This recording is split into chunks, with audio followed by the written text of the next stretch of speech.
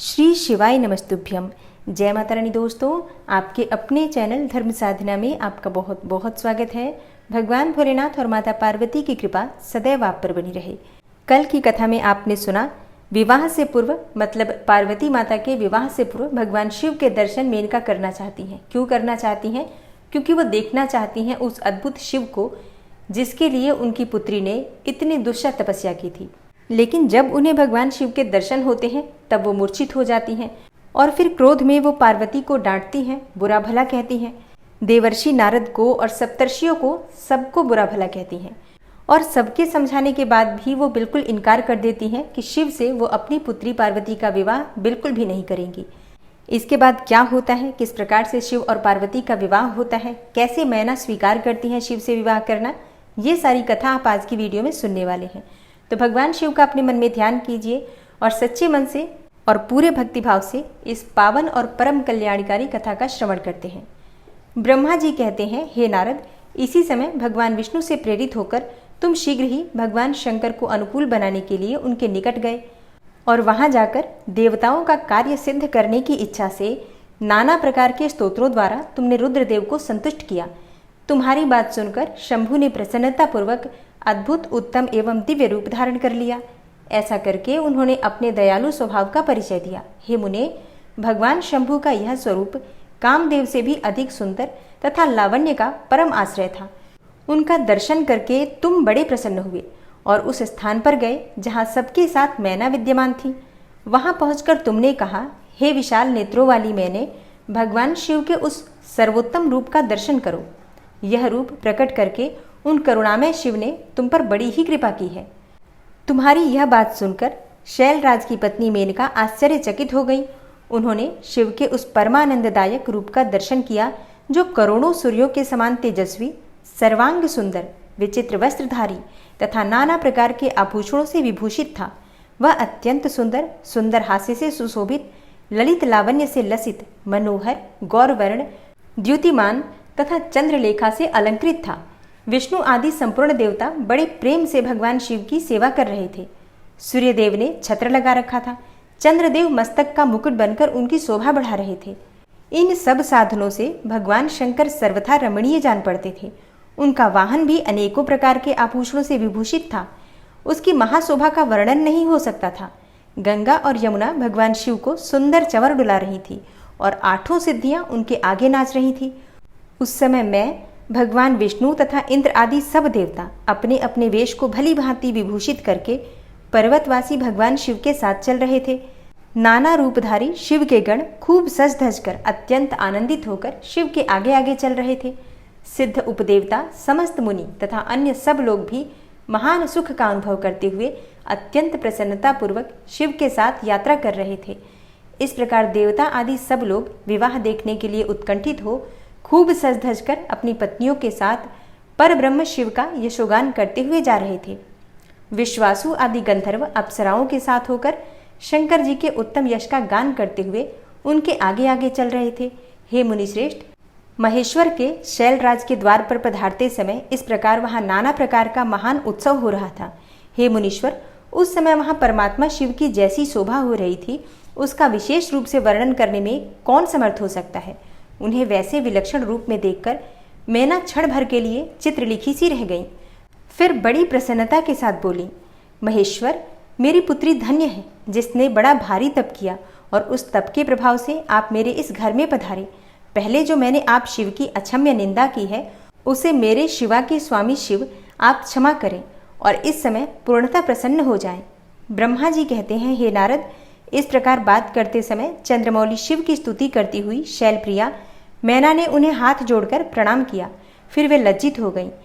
इतने में ही बहुत सी पूर्वासनी स्त्रियां भगवान शिव के दर्शन की लालसा से अनेकों प्रकार के काम छोड़कर वहां आ पहुंची। जो जैसी थी वैसे ही अस्त व्यस्त रूप में दौड़ आईं। भगवान शिव शंकर का यह मनोहर रूप देखकर वे सब स्त्रियां मोहित हो गईं। शिव के दर्शन से हर्ष को प्राप्त होकर प्रेमपूर्ण हृदय वाली वे नारियां महेश्वर की उस मूर्ति को अपने मनोमंदिर में बिठाकर इस प्रकार बोली। पूर्ववासिनियों ने कहा, अहो, हिमवान के नगर में निवास करने वाले लोगों के नेत्र आज सफल हो गए। जिस जिस व्यक्ति ने इस दिव्य रूप का दर्शन किया है निश्चय ही उसका जन्म तो सार्थक हो गया है। उसी का जन्म सफल है, उसी की सारी क्रियाएं सफल है, जिसने संपूर्ण पापों का नाश करने वाले साक्षात शिव का दर्शन किया है। पार्वती ने शिव के लिए जो तप किया है, उसके द्वारा उन्होंने अपना सारा मनोरथ सिद्ध कर लिया। शिव को पति के रूप में पाकर वे शिवा धन्य और कृतकृत्य हो गई। यदि विधाता शिवा और शिव की इस युगल जोड़ी को सानंद एक दूसरे से मिला न देते तो उनका सारा परिश्रम निष्फल हो जाता। इस उत्तम जोड़ी को मिलाकर ब्रह्मा जी ने बहुत अच्छा कार्य किया है। इससे सबके सभी कार्य सार्थक हो जाएंगे और तपस्या के बिना मनुष्यों के लिए शंभु का दर्शन दुर्लभ है। भगवान शंकर के दर्शन मात्र से ही सब लोग कृतार्थ हो गए। जो सर्वेश्वर गिरजापति शंकर का दर्शन करते हैं वे सारे पुरुष श्रेष्ठ हैं और हम सारी स्त्रियां भी धन्य हैं। ब्रह्मा जी कहते हैं, हे नारद, ऐसी बात कहकर उन स्त्रियों ने चंदन और अक्षत से शिव का पूजन किया और बड़े आदर से उनके ऊपर खीलों की वर्षा की। वे सब स्त्रियां मैना के साथ उत्सुक होकर खड़ी रहीं और मैना तथा गिरिराज के भूरी भाग्य की सराहना करती रहीं। हे मुने, स्त्रियों के मुख से वैसी शुभ बातें सुनकर विष्णु आदि सब देवताओं के साथ भगवान शिव को भी बड़ा हर्ष हुआ। ब्रह्मा जी कहते हैं, हे नारद, और अब आप बड़े प्रेम पूर्वक मैना द्वारा द्वार पर भगवान शिव का परिछन सुनिए। उनके रूप को देखकर संतोष का अनुभव जो मैना करती हैं उसका अनुभव आप भी कीजिए। मानसिक रूप से भगवान शिव के उस बारात के द्वार पर परिछन का अनुभव कीजिए। और हाँ, पार्वती जब अंबिका पूजन के लिए बाहर निकलती हैं तो सभी देवता और भगवान शिव उनके सुंदर रूप को देखकर किस प्रकार प्रसन्न होते हैं ये भी आप अभी सुनने वाले हैं। तो मानसिक रूप से आप पूरी तरह से शांत होकर भक्ति भाव से इस कथा को सुनिए। ब्रह्मा जी कहते हैं, हे नारद, तदनंतर भगवान शिव प्रसन्न चित्त होकर अपने गणों, समस्त देवताओं तथा अन्य लोगों के साथ कौतूहल पूर्वक गिरिराज हिमवान के धाम में गए। हिमाचल की श्रेष्ठ पत्नी मैना भी उन स्त्रियों के साथ घर के भीतर गई और शंभु की आरती उतारने के लिए अपने हाथ में दीपकों से सजी हुई थाली लेकर सभी ऋषि पत्नियों तथा अन्य स्त्रियों के साथ आदरपूर्वक द्वार पर आईं। वहां आकर मैना ने संपूर्ण देवताओं से सेवित गिरिजापति महेश्वर शंकर को, जो द्वार पर उपस्थित थे, बड़े प्यार से देखा। उनकी अंग कांति मनोहर चंपा के समान थी। उनके एक मुख और 3 नेत्र थे। प्रसन्न मुखारविंद पर मंद मुस्कान की छटा छा रही थी। वे रत्न और सुवर्ण आदि से विभूषित थे और गले में मालती की माला धारण किए हुए थे। सुंदर रत्नमय मुकुट धारण करने से उनका मुखमंडल उज्ज्वल प्रभा से उद्भासित हो रहा था। कंठ में हार आदि सुंदर आभरण शोभा दे रहे थे। सुंदर कड़े और बाजूबंद उनकी भुजाओं को विभूषित कर रहे थे। अग्नि के समान निर्मल एवं अनुपम, अत्यंत सूक्ष्म, मनोहर, विचित्र एवं बहुमूल्य युगल वस्त्र से उनकी बड़ी शोभा हो रही थी। चंदन, अगर, कस्तूरी तथा मनोहर कुमकुम के अंग राग से उनके अंग विभूषित थे। उन्होंने हाथ में रत्नमय दर्पण ले रखा था और उनके दोनों नेत्र कज्जल से सुशोभित थे। उन्होंने अपनी प्रभा से सबको आच्छादित कर लिया था तथा वे अत्यंत मनोहर जान पड़ते थे। अत्यंत तरुण, परम सुंदर और आभरण भूषित अंगों से सुशोभित थे और कामनियों को अत्यंत कमनीय प्रतीत होते थे। उनमें व्यग्रता का अभाव था। उनका मुखारविंद कोटि चंद्रमाओं से भी अधिक आह्लाददायक था। उनके श्री अंगों की छवि कोटि कामदेवों से भी अधिक मनोहारिणी थी। वे अपने सभी अंगों से परम सुंदर थे। ऐसे सुंदर रूप वाले उत्कृष्ट देवता भगवान शिव को जामाता के रूप में अपने सामने खड़ा देख मैना की सारी शोक और चिंता दूर हो गई। वे परमानंद सिंधु में निमग्न हो गई और अपने भाग्य की, गिरिजा की, गिरिराज हिमवान की और उनके समस्त कुल की भूरी भूरी प्रशंसा करने लगी। उन्होंने अपने आप को कृतार्थ माना और वे बारंबार हर्ष का अनुभव करने लगी। सती मैना का मुख प्रसन्नता से खिल उठा था। वे अपने दामाद की शोभा का सानंद अवलोकन करती हुई उनकी आरती उतारने लगी। गिरजा की कही हुई बात को बारंबार याद करके मैना को बड़ा विस्मय हो रहा था। वे हर्षोत्फुल्ल मुखारविंद से युक्त होकर मन ही मन यूँ कहने लगी, पार्वती ने मुझसे पहले जैसा बताया था उससे भी अधिक सौंदर्य मैं इन परमेश्वर शिव के अंगों में देख रही हूँ। महेश्वर का मनोहर लावण्य इस समय अवर्णनीय है। ऐसा सोचकर आश्चर्यचकित हुई मैना अपने घर के भीतर आई। वहाँ आई हुई युवतियों ने भी वर के मनोहर रूप की भूरी भूरी प्रशंसा की। वे बोली, गिरिराज नंदिनी शिवा धन्य है, धन्य है। कुछ कन्याएं कहने लगी, दुर्गा तो साक्षात भगवती हैं। कुछ दूसरी कन्याएं महारानी मैना से बोली, हमने तो कभी ऐसा वर देखा ही नहीं है और न कभी ध्यान में ही ऐसे वर का अवलोकन किया है। इन्हें पाकर गिरिजा धन्य हो गई। भगवान शंकर का यह रूप देखकर समस्त देवता हर्ष से खिल उठे।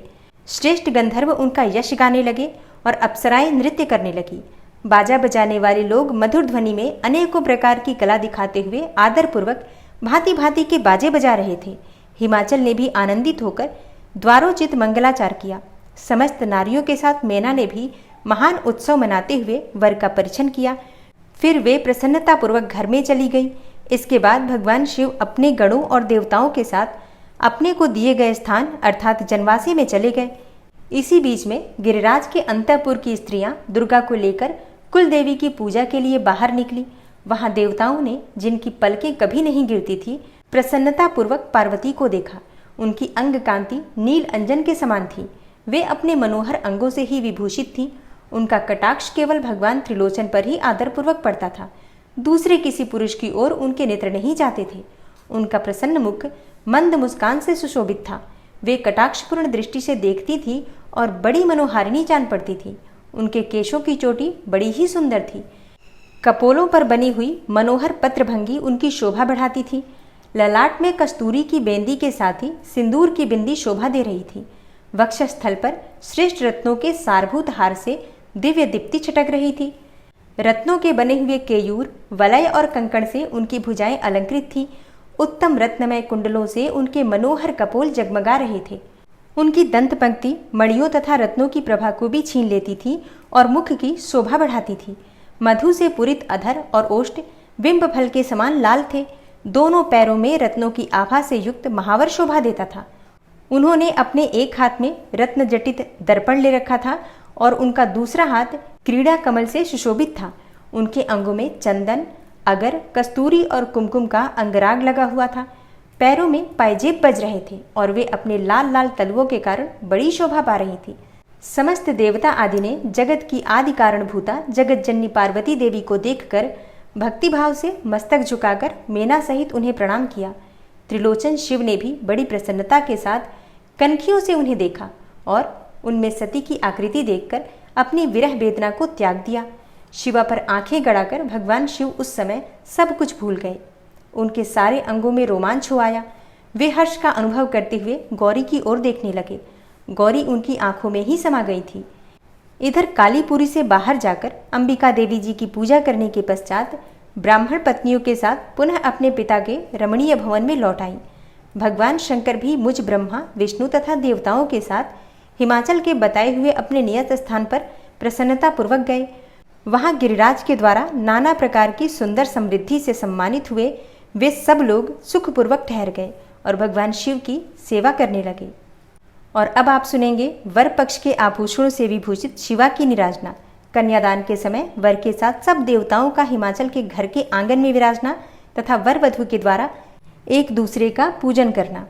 तो ब्रह्मा जी कहते हैं, हे नारद, तदनंतर गिरिश्रेष्ठ हिमवान ने प्रसन्नता और उत्साह के साथ वेद मंत्रों के द्वारा दुर्गा और शिव का उपस्नान करवाया। तत्पश्चात गिरिराज की प्रार्थना से श्री विष्णु आदि सब देवता तथा मुनि कौतूहल पूर्वक उनके घर के भीतर गए।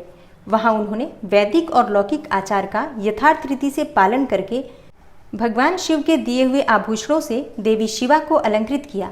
सखियों और ब्राह्मणों की पत्नियों ने पहले पार्वती को स्नान करवाया, फिर सब प्रकार से वस्त्राभूषणों द्वारा विभूषित करके उनकी आरती उतारी। तीनों लोकों की जननी महाशैलपुत्री सुंदरी शिवा दिव्य वस्त्र और आभूषणों से सुसज्जित होकर मन ही मन भगवान शिव का ध्यान करती हुई वहीं बैठी। उस समय उनकी बड़ी शोभा हो रही थी। उस अवसर पर दोनों पक्षों में महान आनंददायक उत्सव होने लगा। ब्राह्मणों को शास्त्रोक्त रीति से नाना प्रकार का दान किया गया। अन्य लोगों को भी वहां भांति भांति के बहुत से द्रव्य बांटे गए। विशेष उत्सव के साथ गीत और वाद्य आदि के द्वारा लोगों का मनोरंजन किया गया।